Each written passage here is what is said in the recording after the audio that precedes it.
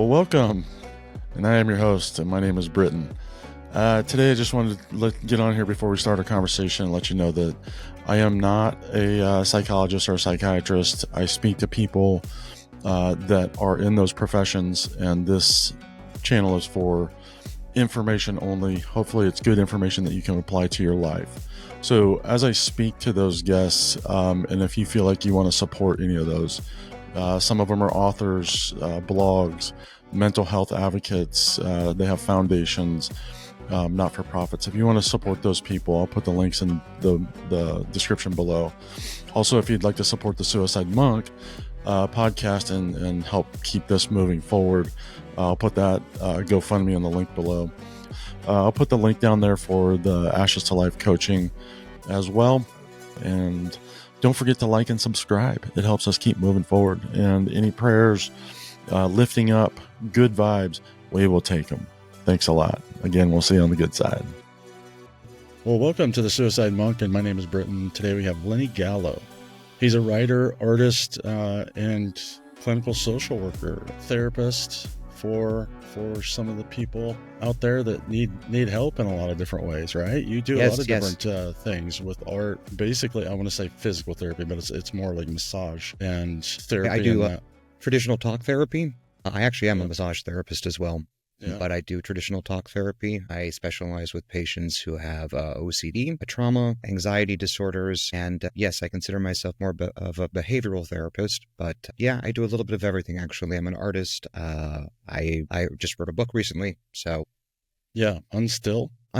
Yes. Yeah. This was about a movement disorder that I developed as a result of psychiatric medications. And so I was hoping to educate your viewers or listeners on that side of things today. Sure. Yeah, we can do that.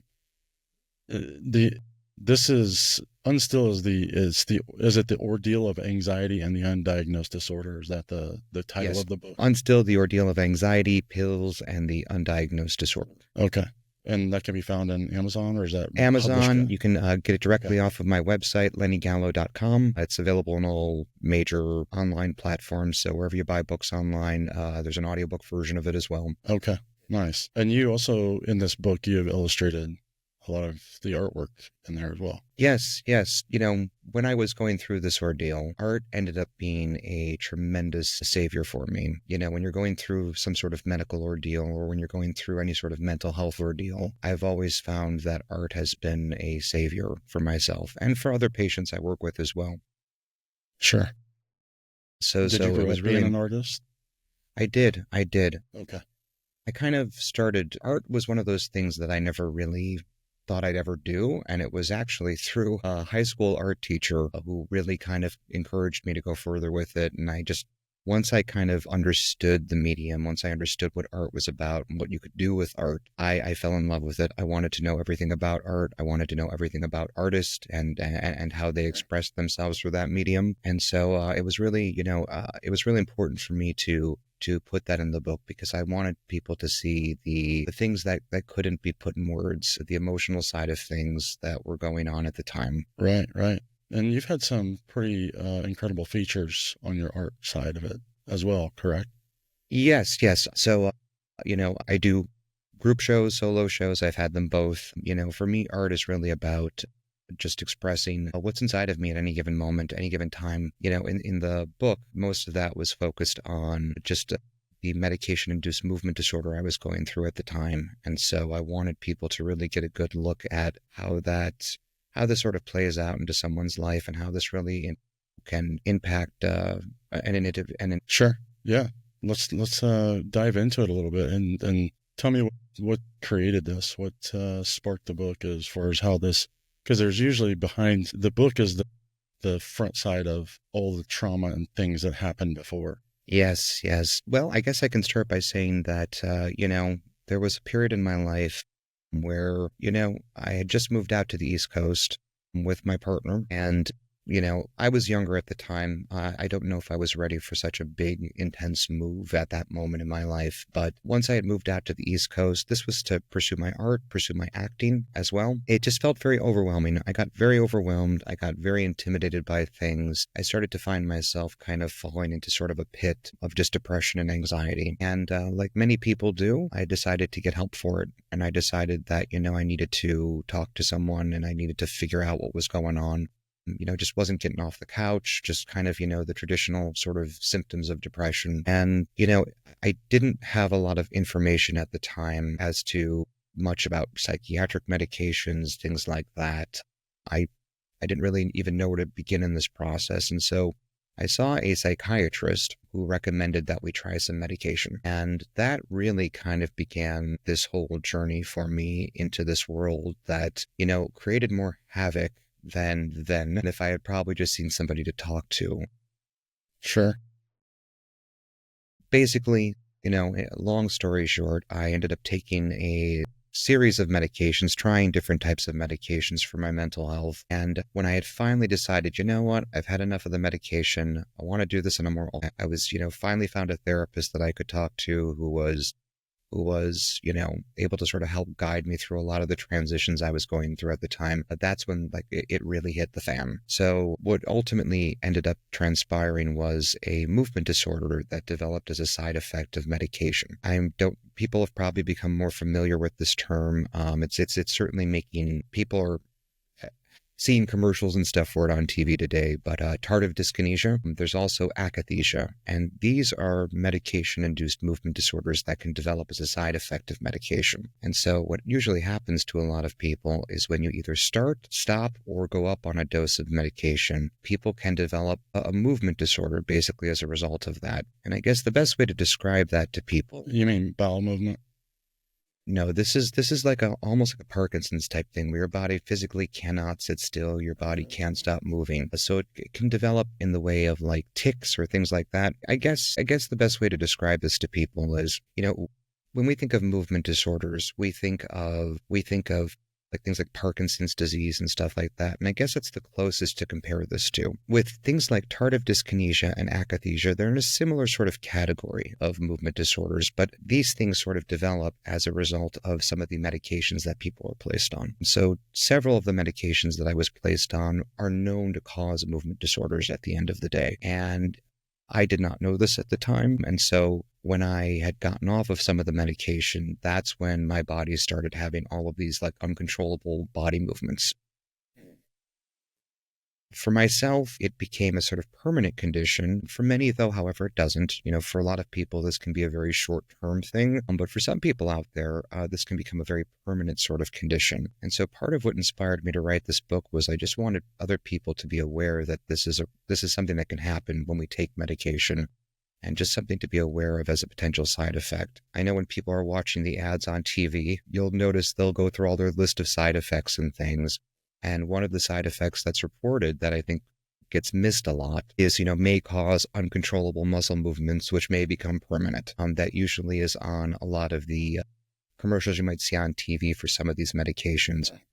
And I should say, I am not anti-medication. I want to make it very clear, I'm not anti-medicine. The same pills that have taken parts of my life have given other people back parts of theirs. But because we don't understand and know why certain people do develop movement disorders, and some people will develop them, some people won't, I'm really an advocate for caution when it comes to this kind of stuff, and really starting slow and having medication monitored properly. A lot of doctors aren't able to recognize this stuff. Part of the journey of my book was the trial of going through doctors and having to find doctors who could even understand what was going on at the time. Because about a decade ago, or back in 2012, 2013, when this was all going on, doctors didn't really know what was happening to me. And so the thought was, we need to put more medication in your body.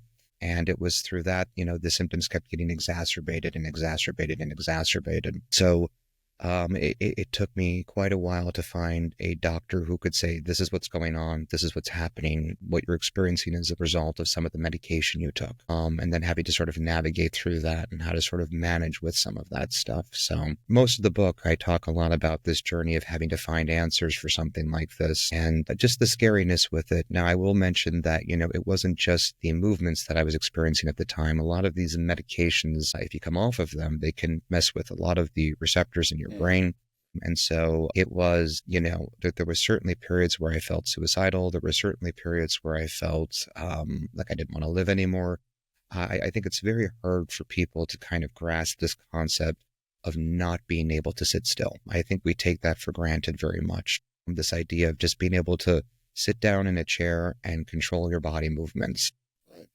For me, it became this sort of restless feeling where I just could not sit still. 24/7 was going on at its peak and its most acute phase. So that's a little bit about how I ended up here. Wow, that's quite the life change, quite the direction. Yeah. Detour. Yeah. So how is that affecting you today? How long ago was that, and where's that time period? Because you've been a therapist for a while now, so you were seeking mental health at the time. Were you a therapist at that time? I was not a therapist at that time. I was actually about to go into graduate school to get my degree. So this was 2012, 2013.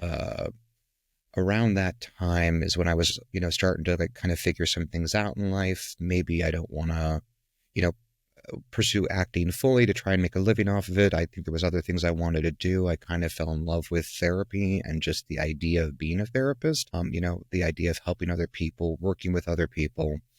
I was inspired by a lot of just past experiences and stuff with being able to help people. I'm like, I think this is something I can do for a living. But at that time, I was about to go to school, and it was literally right as I was getting into school that this all started to happen. So it really postponed my schooling for a little bit. In terms of how it affects me today, so there's a couple different phases of these disorders. So what I have is tardive dyskinesia, tardive akathisia, and tics, a Tourette's syndrome almost, basically because of some of these medications. And, at its most acute phase, the only way I can describe it is like you're being tortured, like you want to rip your skin off. Right. It literally feels like you cannot sit still. Over the course of years, things have settled down. As long as I am able to stay on a sort of routine of medicine now that keeps things in check, it's not perfect.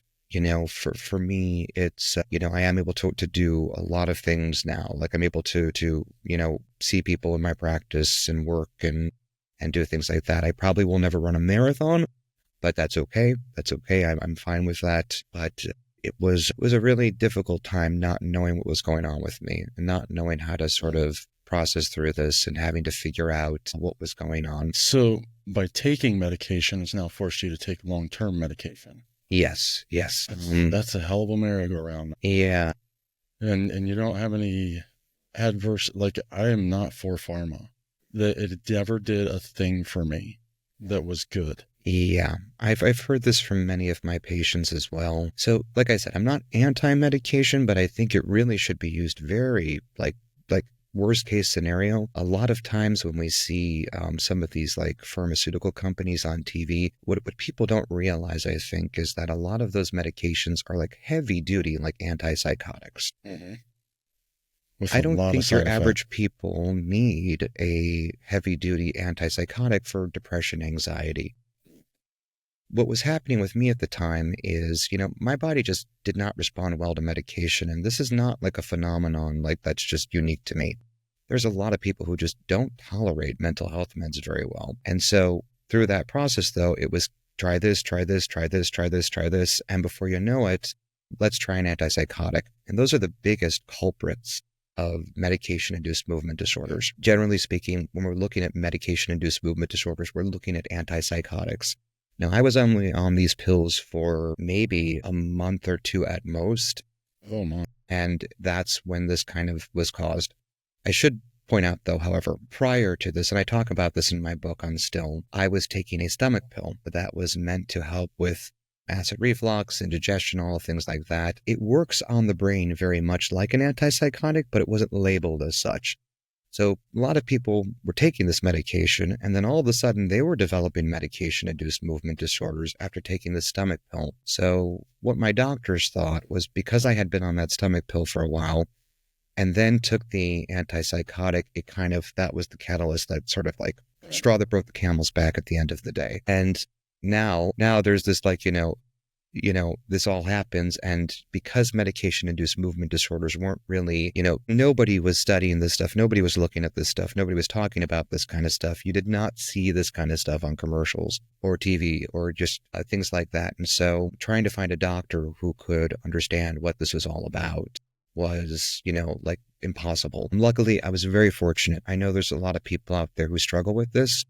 There's a very big community of people who are looking and seeking answers, who have not found doctors who understand this. I am very fortunate in that regard, that I found some wonderful doctors who were able to say, this is what's going on, and this is what we have to do kind of moving forward now. And a lot of this is really about giving your brain time to settle and heal. And that's unfortunately our best treatment for it at this point. Yeah. Yeah, I had a brain tumor in 2020, and they put me on anti-seizure medicines before the brain surgery. I had the brain tumor for probably years. They finally just saw it once it was a golf ball. The minute they put me on Keppra, I needed a cane. My body, I couldn't control my movements. I was hunched over. I looked frail, could barely walk. I thought I was going downhill because of the brain tumor. So as soon as I went off the Keppra, upright and doing just fine, both feet, I'm like, no more. And yeah. I've taken antidepressants, and yeah, they work.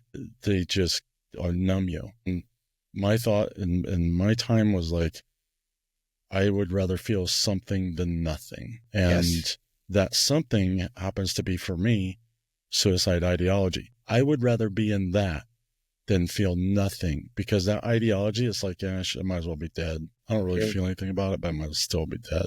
Yeah. It's just like this lethargia that happens. And they subdue us with this medication that doesn't allow us to get past this thing.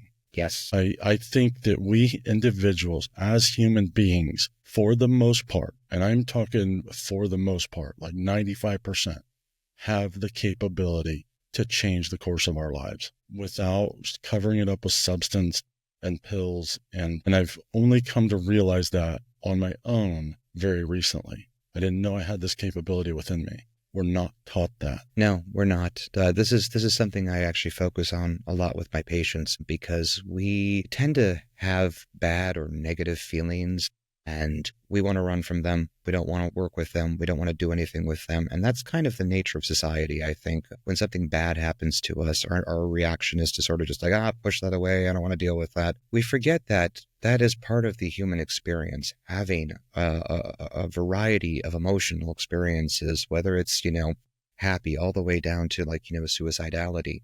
And so there's something to be taught and learned from those feelings. And there's something we can all learn from those feelings. If we try to mask all of that up, we're not really getting to the root issue of anything. We're not really allowing our bodies to change at the end of the day.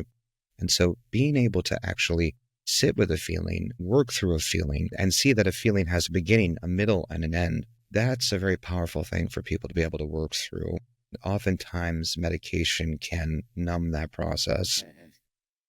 We don't allow ourselves to really kind of move beyond that. And so, listen, and I'm not going to sit there, this, this is not easy work, having to work through feelings and having to manage difficult feelings, but the sense of resilience and power you get from being able to move into that next step and have the accomplishment of being able to work through a difficult feeling, I think is just very powerful. It's huge. It's huge for our confidence. I think in a lot of respect, medication has gotten us to where we're at on the mental health scale, because we're relying on something to fix us instead of facing something that is in our life. Yes. And that's what also very new, but I've been navigating my own journey without a lot of guidance, and there's not a lot of guidance out there. You can go and do talk therapy. I'm at a different advantage point than you are as a therapist. I have a little more freedom because I'm not bound by law in regards to if someone says, hey, Britton, I'm suicidal today. I'm highly suicidal. I deal with highly suicidal people every day. I deal with myself every day. And I can tell you that if you give somebody like me space, they will probably live another day, period. Because they're releasing this pressure that is secret within inside them. And anytime that we hold those secrets and those things, and they tend to boil and they continue to boil until we explode. And if we can allow that space, then we can see, it takes time, but we can see dramatic changes from somebody within a year to 3 years just because of walking with them, because they start to say, I am capable. Absolutely. No, you're right on with that.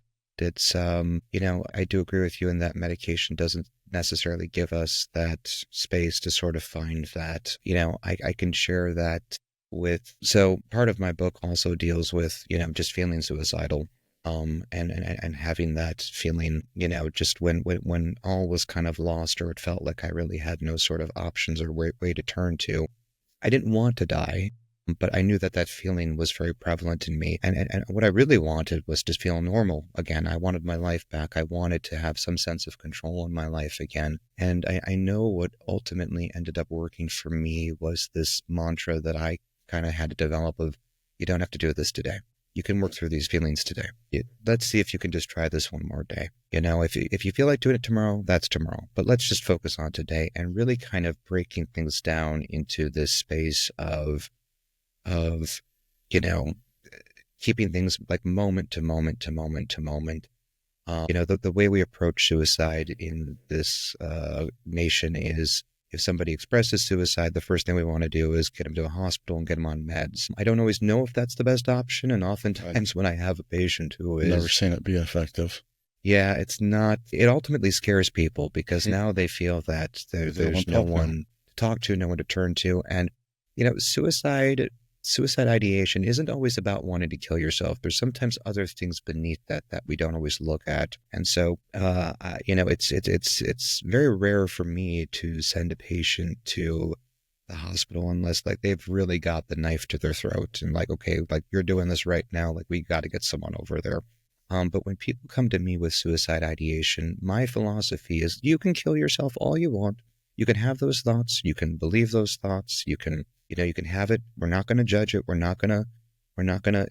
We can work with it. We can work with it and we can learn to sort of do something with that feeling as opposed to trying to like medicate it or push it away. Right. Because that's what I want to do with my therapy practice is I want to give people the skills and the tools to be able to manage all the rainbow of feelings that they get throughout life, whether it's good, bad, sad, anything, and learning how to navigate that stuff as it comes up. And there's where we build resilience as a person. For sure. Realizing that we have the power as part of that. And speaking into people's lives and showing them what they are until they start to believe it. And that's what I found. I don't have to carry that weight anymore. I can walk next to it. You want to take your life? Great. I'll walk next to you, but I'm going to make it really hard for you because I'm going to love you.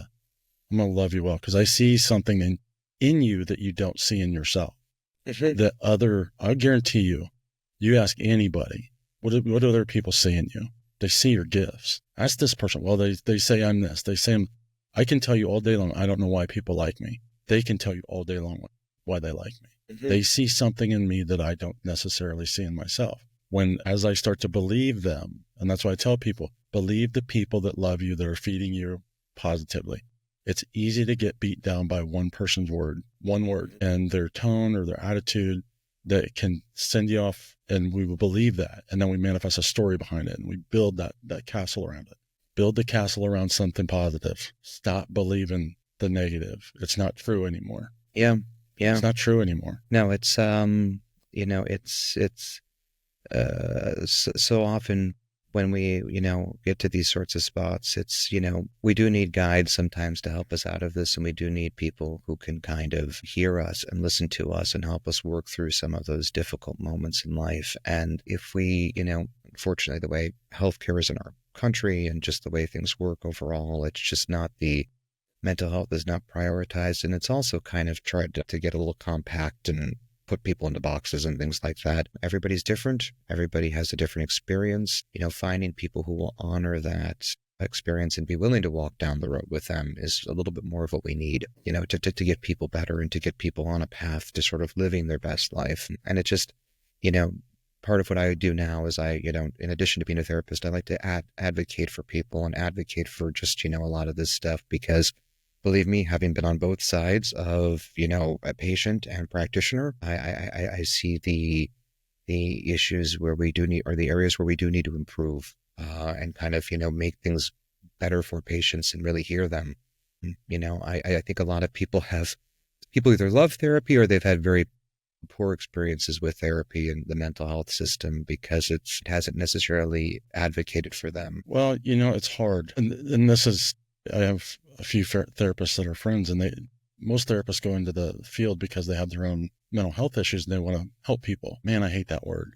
There's, because of where you're at and what you do, because of what I'm doing, I see severe mental health, real mental health. Okay. People with just suicide ideology or these things, they're not severe.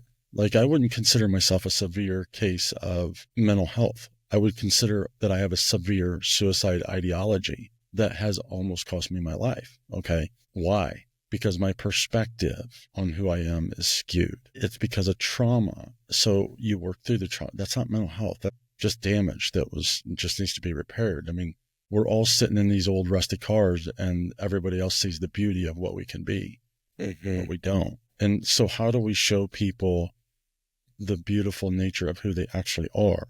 And so many therapists, gurus, the moment you were born, you were still pure love. You were born into this world with pure love, pure light, then it was taken away from you. And that's what I found in myself. And I realized this, and then I started hearing people say this, was I found the true nature of who I am. I found the Peter Pan story. I found the boy in me. I found that curiosity, that artistic nature, that formidability, that adventure. Then I started to fall in love with myself. Do I love everything about myself? No. Am I starting to understand that those parts of me that are me are still part of me, and reconciling myself with that and walking with that in a different way and putting to rest the things that have haunted me is all within my power. Yes. Had no freaking clue. Always wanted somebody else on the outside try to fix and help and do. And then I finally realized I'm the only one that can help fix and do. I can have outside information that is good for me to help me along my journey. I'm the only one that can stand up. I can take somebody's hand, but I'm still the only one that can move my leg. Yeah, that's a very powerful realization to have. I think I can certainly relate to that with similar sentiment with my own story as well. But just realizing that doctors can only do so much. They can only guide me so far. At the end of the day, I was going to have to decide what I wanted to do with this condition. I had to decide what I wanted to sort of make of this and how I wanted my life to go. And did I want to keep living in this world where I was building my own castle around me, and shutting out? And so if people can allow themselves to get to the point where they can have the bigger realization that you do have more power than you give yourself credit for, and you do have more, you're capable of change more than you might give yourself credit for. If you can reach that point as an individual, it's a very powerful place, because like for me, the moment was the realization of acceptance. Like, this is how my life is going to be. I have a choice. Do I want to make the most of this moment, or do I want to make the most of these moments of my life, or do I just want to say, hey, I'm going to throw in the towel? Being able to reach that place for myself was very powerful, to be able to kind of say, you know what, I'm not going to let fear dictate my life anymore. Because what originally brought me to a therapist in the first place was anxiety and fear, my own trauma, my own history. Finally having some release of that and being able to take control of some of that stuff is what really gave me a sense of freedom again. I will say, just even writing this book on Still, it was having to relive some of this stuff over and over and over again as you rewrite and rewrite and rewrite. All this process was a form of therapy even in and of itself, because it forced me to really get intricate with my thoughts and really assess the situation from an outside kind of looking in perspective. And I think that even in and of itself was a healing experience. Yeah, for sure. A buddy of mine, so I'm a visual kind of person, and I did a story on a different podcast, and my buddy was like, go listen to your story, but I want you to listen to it from an outsider's perspective. Step back away from yourself and say, what is the story that this person's telling themselves and the world? Because the story you tell the world is the one you tell yourself a lot of times. And actually the story you tell yourself is sometimes worse. So I did that. I stepped back from myself. I started listening to it. I was like, wow, you're still a victim. Even though you think you're not a victim, you're still a victim. That has, even in some of my language today, I recognize it, but I'm aware of it now. And that entices me to reroute and change my language towards myself, because that language towards myself is the story I outwardly express to the world. And those hurts and those pains and those fears and those rejections and those abandonment, there's my reaction to the world. That's not my true nature. Yeah, that's just absolutely. my reaction to the world. Absolutely. It's our dialogue and the way we talk to ourselves and the way we kind of the story we tell ourselves. It's not. We don't have to believe it. We often do believe it because I think just there's so many factors and everyone's very individual in this case. But really allowing ourselves to take a sort of step away from ourselves and see the bigger picture of things, you get a very different perspective on yourself. And I know in a lot of the work I do with my patients with OCD, people who have suicide ideation, any of this kind of stuff, one of the big things that I try to teach is that idea of sort of stepping away from yourself and being able to take a bigger, broader look at everything, because oftentimes we get so caught in these thought loops that just go over and over and over again, and just, with the rumination that kind of goes on in a person's brain with all this negativity, that's the part we need to sort of step away from so that we can gain a better perspective on what's really going on here. Yeah.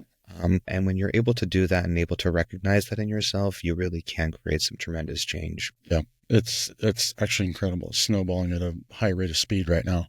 Yeah. The realizations, the memories, the blank spots in my life, because I'm willing to venture down that road of fear. It is not holding maybe as much power, but it's allowing my mind to open more, because it's not built on that foundation of fear anymore. I'm not afraid of what's in my past. What I want to do is make sure that there's no unturned stone, so it doesn't affect my present. And that's because mine is deep. It's deep, deep rage. I've discovered where that kind of came from and how I've transferred that and what it looks like, and how abusive I've actually become because of it. And that's a hell of a thing to tell yourself when you realize you're an abuser. You're like, oh, whoa, that's a big step.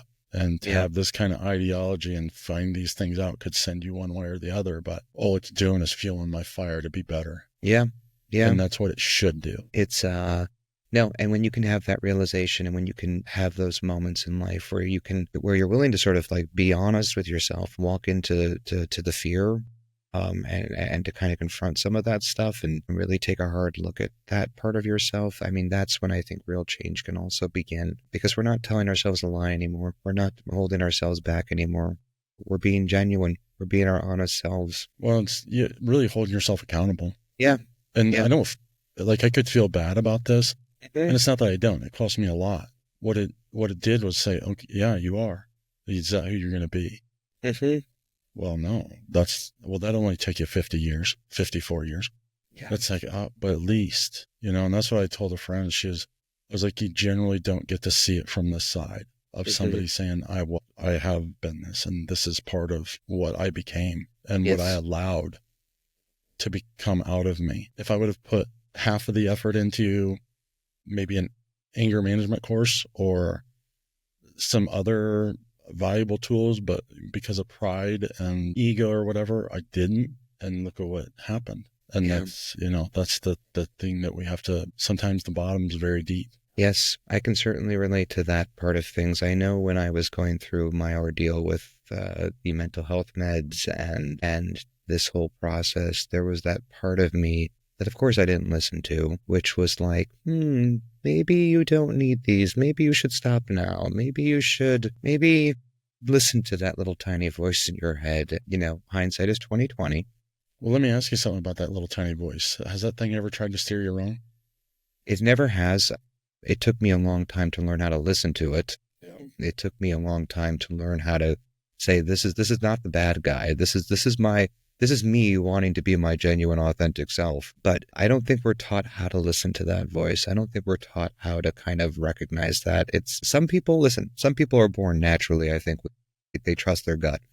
I was not one of them. And, for people who read my book, they can get my history on how that all came to be. But it's when I finally started to listen to that voice is when I found some of the greatest change, because I'm now not, I am not playing the victim anymore. I'm not, holding myself back anymore. If I'm afraid of something, I'm forcing myself to do it. And if I'm afraid of trying something, testing something, I'm going to go for it and do it. I'm not going to let the fear hold me back, because that's what my anxiety was really doing. It was pretending to keep me safe, but it's false at the end of the day. And so I've had to teach myself to kind of push myself towards things I never thought I would do. And you know what? I'm the better person for it. Yeah, that's awesome, man.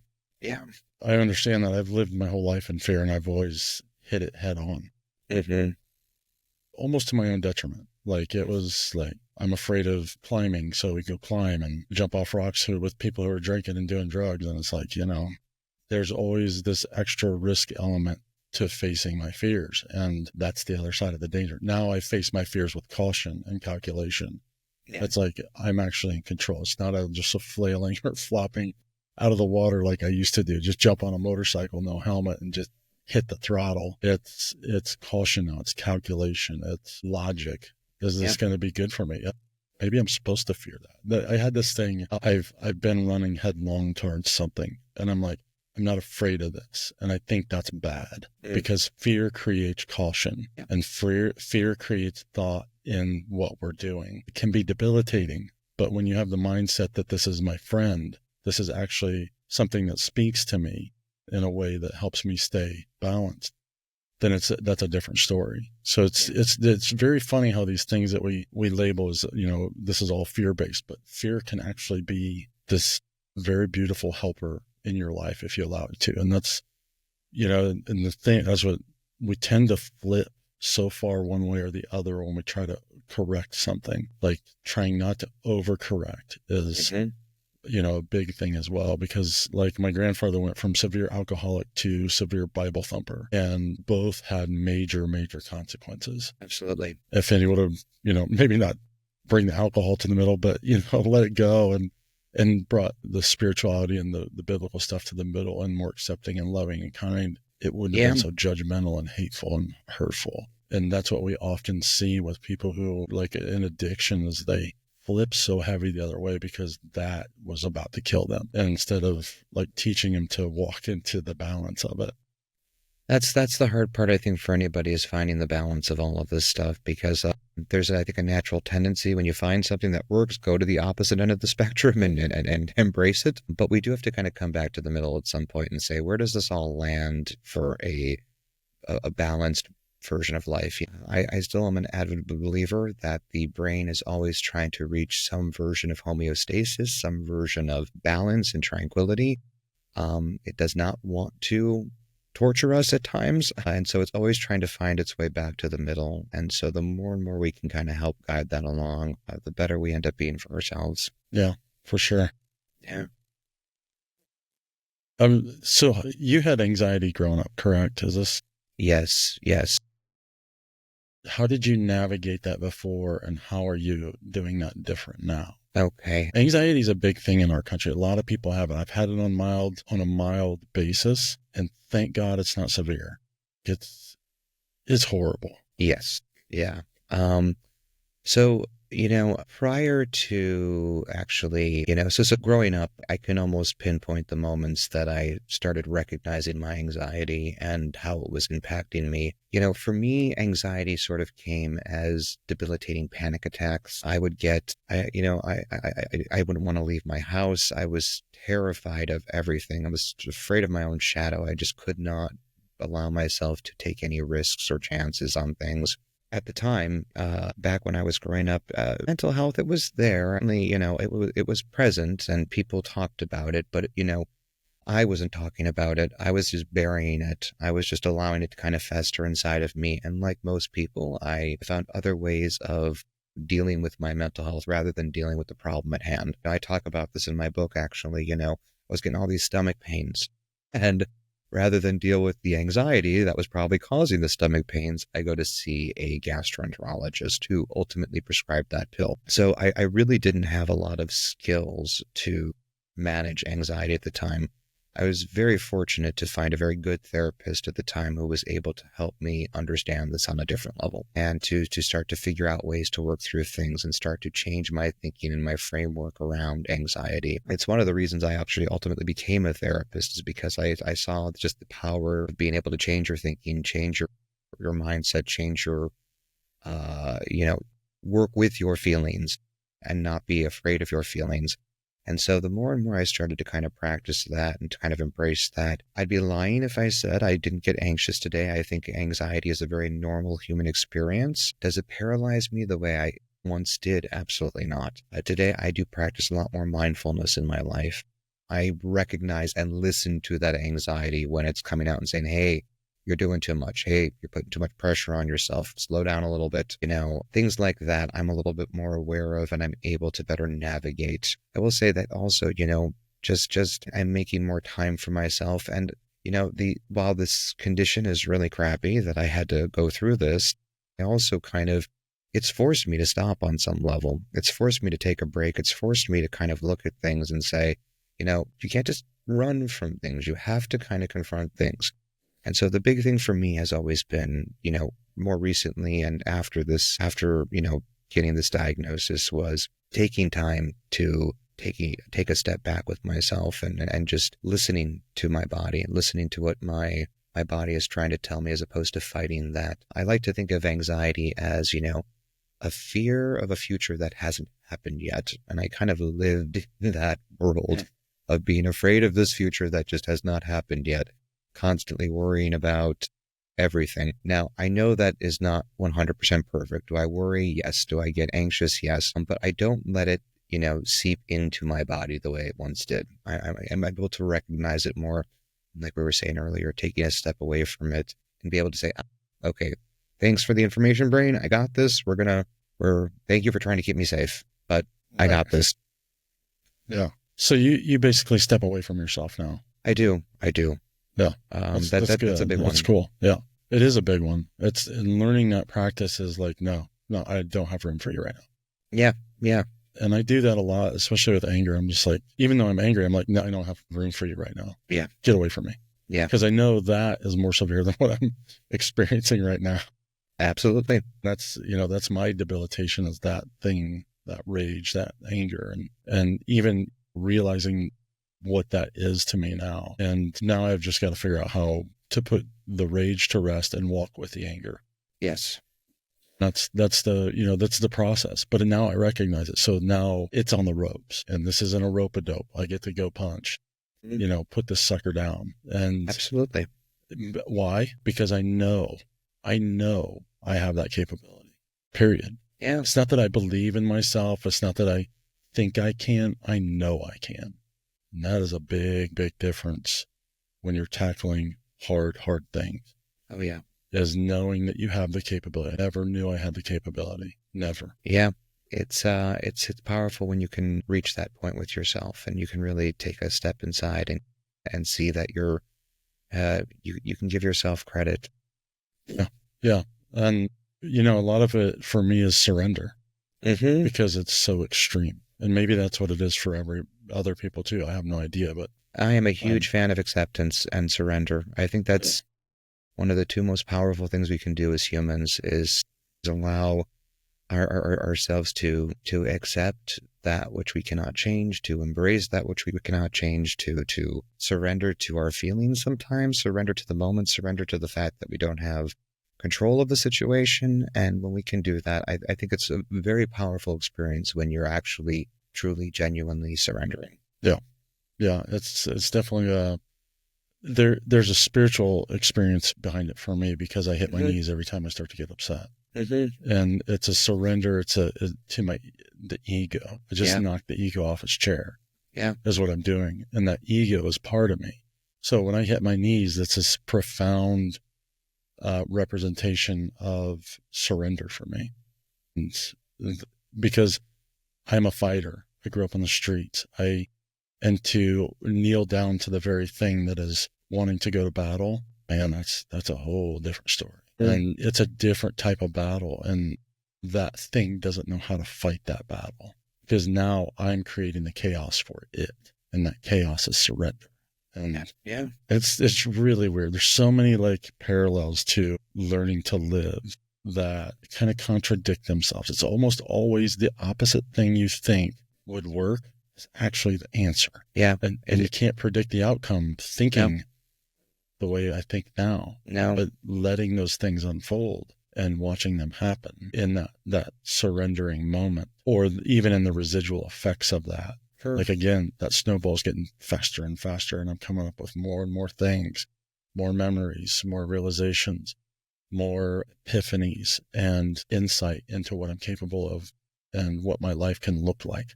Yeah. Can look like what are the possibilities that you could do? Not about what could you have done earlier in your life. What can you do now? Wow. I already lived that life. I don't need to live that anymore.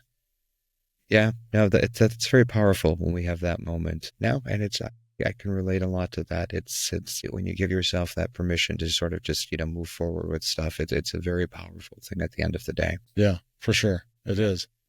Well, that's great. I'm glad you are putting this stuff out here. You also do like what is I wanted to ask you about this because I don't have many people that I've talked to about this kind of thing, and it's ERP, exposure response prevention. Yes. Can you talk to me a little bit about that? Go through it a Sure. little bit. I think it's good information. I just don't know much about it. Sure. So exposure response prevention, we tend to use it for people who are struggling with OCD, but this is actually therapy that I think is beneficial for everybody. In fact, it's one of my main modalities. So if we, old school, if we look at the old school therapists, there was this, belief that, oh, you throw somebody in a pit of snakes. If they're afraid of snakes, they'll get over their fear of snakes. And it sounds very harsh. We don't do exposure therapy like that anymore. And that's never what it really was meant to do. So what we're ultimately doing with exposure therapy is we're exposing somebody to a feared threat or outcome, but we're not so much concerned about what it is you're exposed to. We're looking at changing the response or the ritual that goes on with when you are exposed to something. So, for example, if I'm afraid of planes and I'm terrified that I'm going to get on a plane, well, I might have you look at pictures of planes and see what your brain is doing in that moment. Is it ruminating? I'm going through some sort of mental ritual. Are we catastrophizing the situation? Are we tightening up and not allowing our body to feel the anxiety? So really what exposure therapy is about at the end of the day is allowing our body to do something other than our usual typical ritual. For a lot of people, this will be things like rumination, worry. If we're looking at things like OCD, classic hand washing, stuff like that, all sorts of things that the brain is capable of. And the reason we do these things, the reason we perform these mental rituals or physical rituals is on some level we think it's going to keep us safe. So what we're really trying to do is take away that safety behavior and say, you know what, can you tolerate uncertainty? Can you sit with uncertainty and embrace uncertainty? And when I do exposure therapy with just about anybody, that's the theme of exposure therapy at the end of the day is how can we embrace uncertainty and become friends with it? I know specifically for anxiety disorders, panic disorders, OCD, we don't like not knowing. We don't like not having the answer to something. And so what ends up happening is we're basically training the brain to say, okay, can I allow myself to tolerate that? I don't know what's going to happen if I go on a plane. I don't know if the plane is going to make it to the destination or crash, but can I tolerate that sensation throughout my body? And that's where a lot of people, either with anxiety, OCD, we get sort of trapped in these sorts of spaces where we don't want to tolerate the uncertainty. And so we avoid, or we create these rituals, so to speak. And that's what exposure is really trying to do is say, can we let go of those rituals and see this for what it is? And so I use exposure therapy with just about all of my patients to some degree on some level. And again, it's not, throwing people in a pit of snakes and, watching you squirm. So is it based on, I don't want to say irrational fear. Yes. But it kind of is. But I mean, getting in a germ tube and going in the air, that's not irrational though. But to a certain degree, it is. Yes.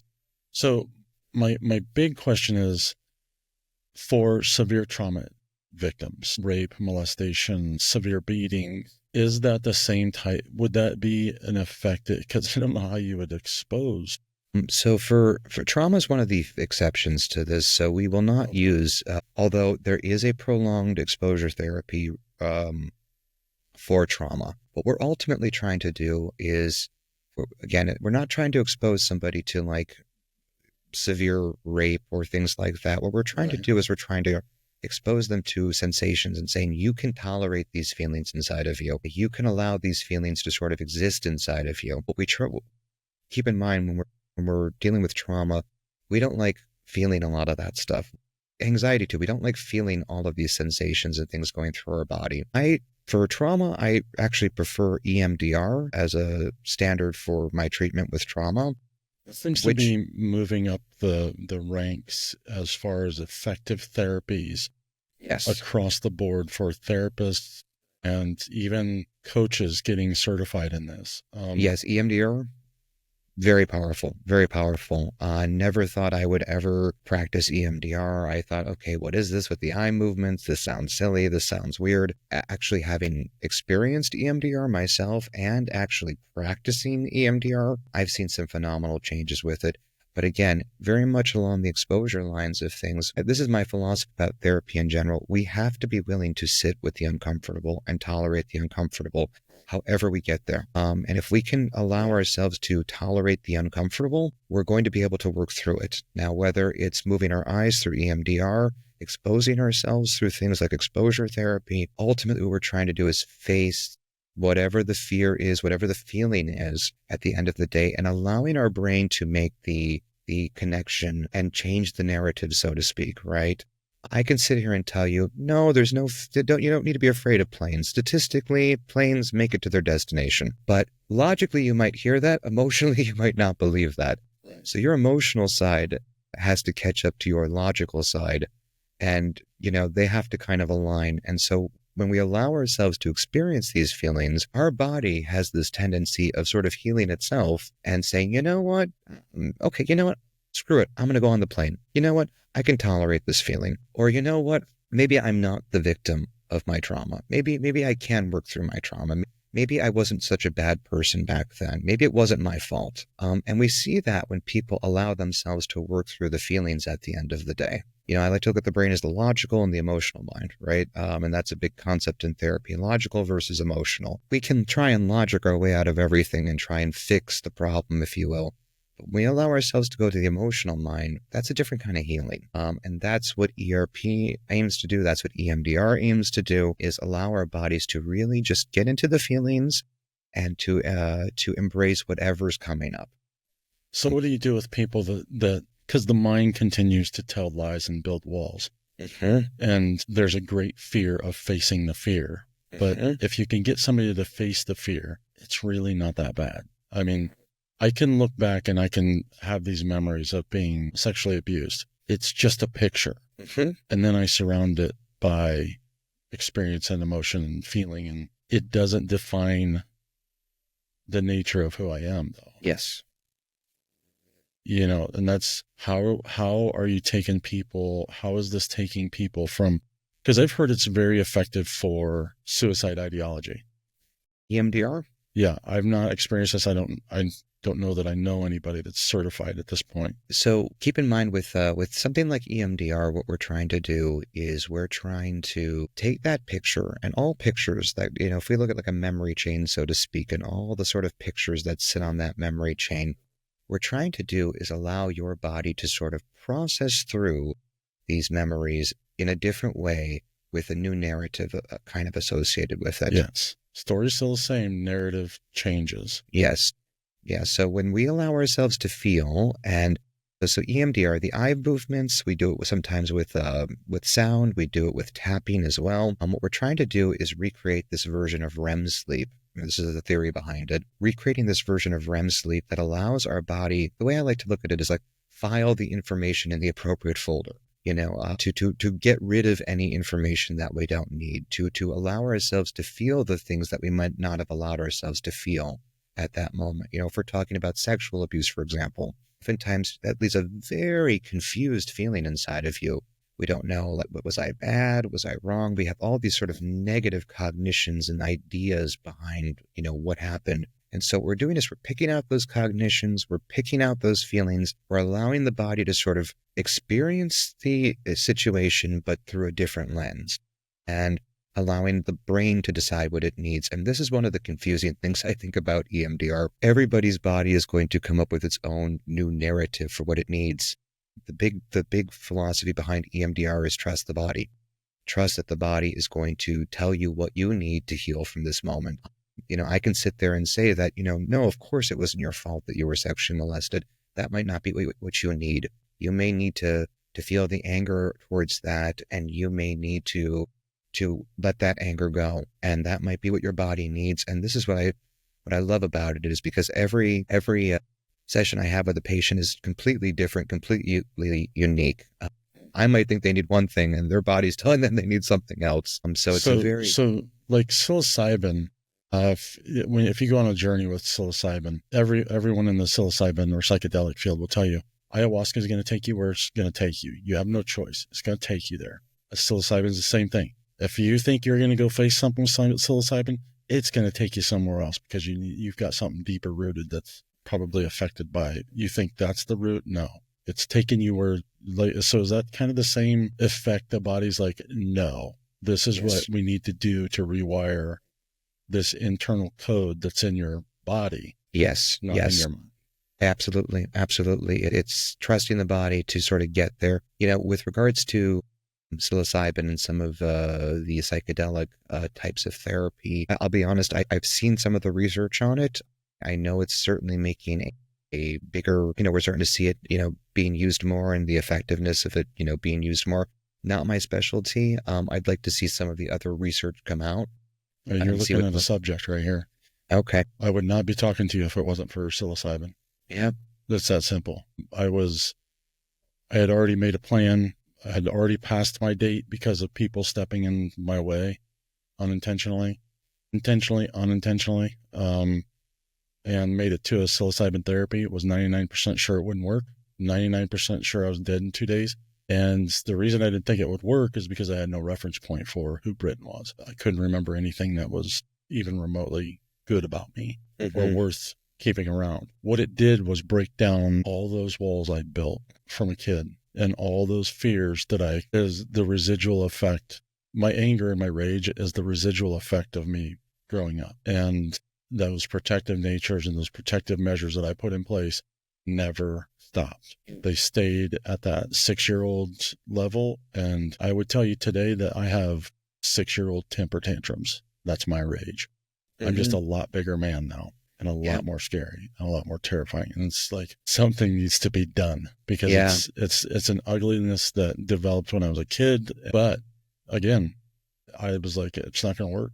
And 2 days later, I was like, I haven't looked back. Yeah, I've heard very similar results with treatment, and it's definitely something that is I think going to continue to make a bigger wave as more and more people like yourself have shared their stories with it. And I've that's something I've heard from lots of people who've gone that route, when they're like, when nothing else worked, this was the thing that kind of got me to where I needed to go. Yeah.